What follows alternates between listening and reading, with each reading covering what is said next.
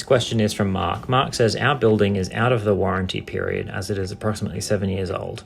We have had an ongoing issue of water leaking periodically into the foyer ceiling area. It is now apparent that it is coming from my unit.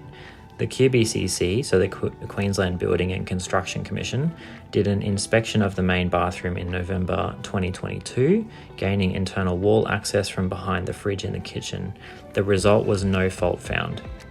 Having engaged a plumber to investigate further, it has been found that the air conditioning drain pipe was not connected and was leaking into the wall cavity, i.e. it does not conform to the building code and would have been like this from new.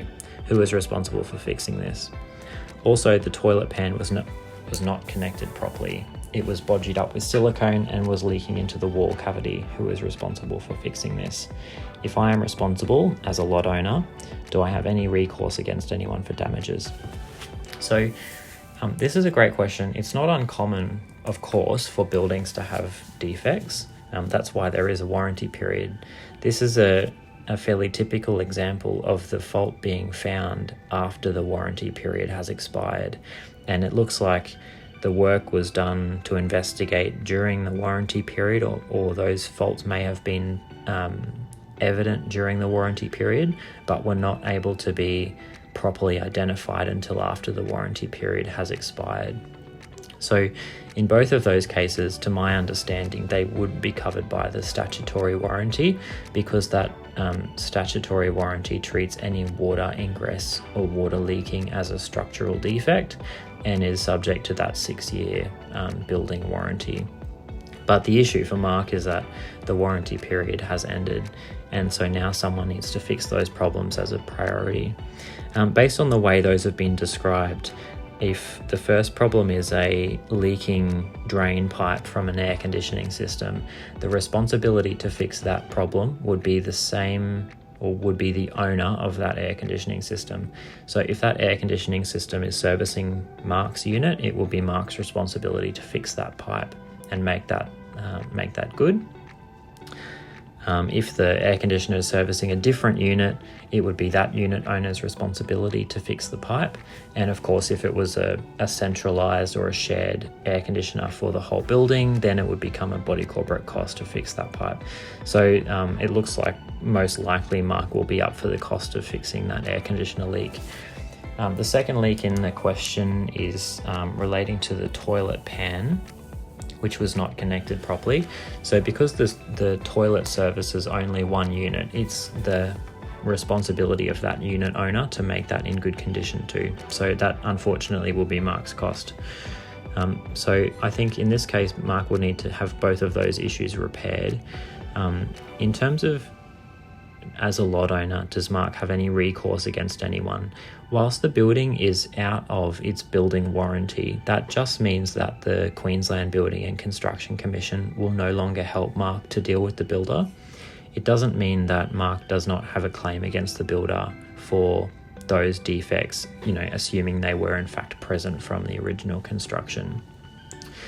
That, however, is a difficult case to solve, because without the assistance of the QBCC, it would totally be up to Mark to make that investigation on his own.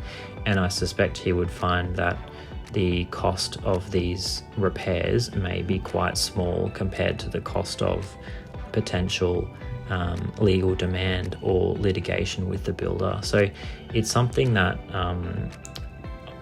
if I was dealing with this case personally, I would get the builder's contact information from the body corporate manager if they had it, and I would write to the builder detailing what the faults were, the cost I was exposed to in fixing those faults, and I would make a demand that the builder compensate me on the basis that those defects were present during the warranty period and were only identified after the warranty period because they were concealed originally.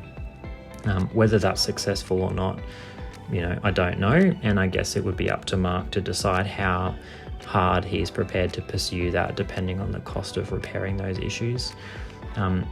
The only other person or the only other entity who could provide compensation would be the body corporate, but as Mark's a member of the body corporate, he'd effectively be compensating himself, and he would need to provide a motion to all lot owners that they pay a share of the cost for that particular issue in Mark's unit.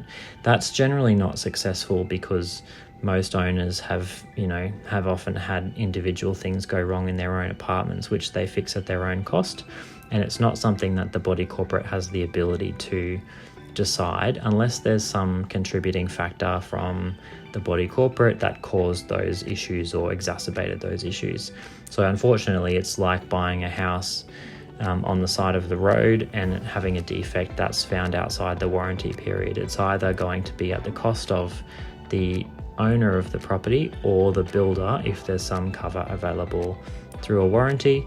If the builder's no longer trading or is not interested in responding to you, then it would be, as I said, up to Mark to pursue. If you spent $10,000 fixing the problem, it may become worthwhile to pursue the builder more formally or to obtain legal advice about his rights. If it was a $400 fix or a $1,000 fix, it's probably not economical, and I think just pay it and move on.